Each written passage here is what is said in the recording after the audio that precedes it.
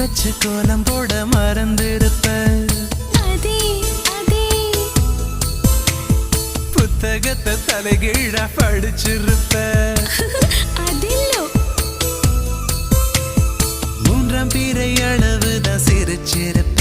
தினம் 100 முறை என் பேரை சொல்லி ரசிப்ப.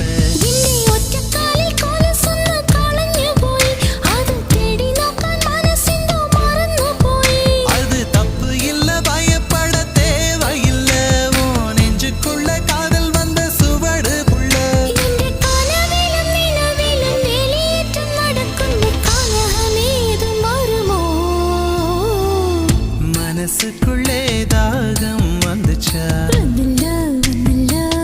மகிழிறகில் வாசம் வந்துச்சா.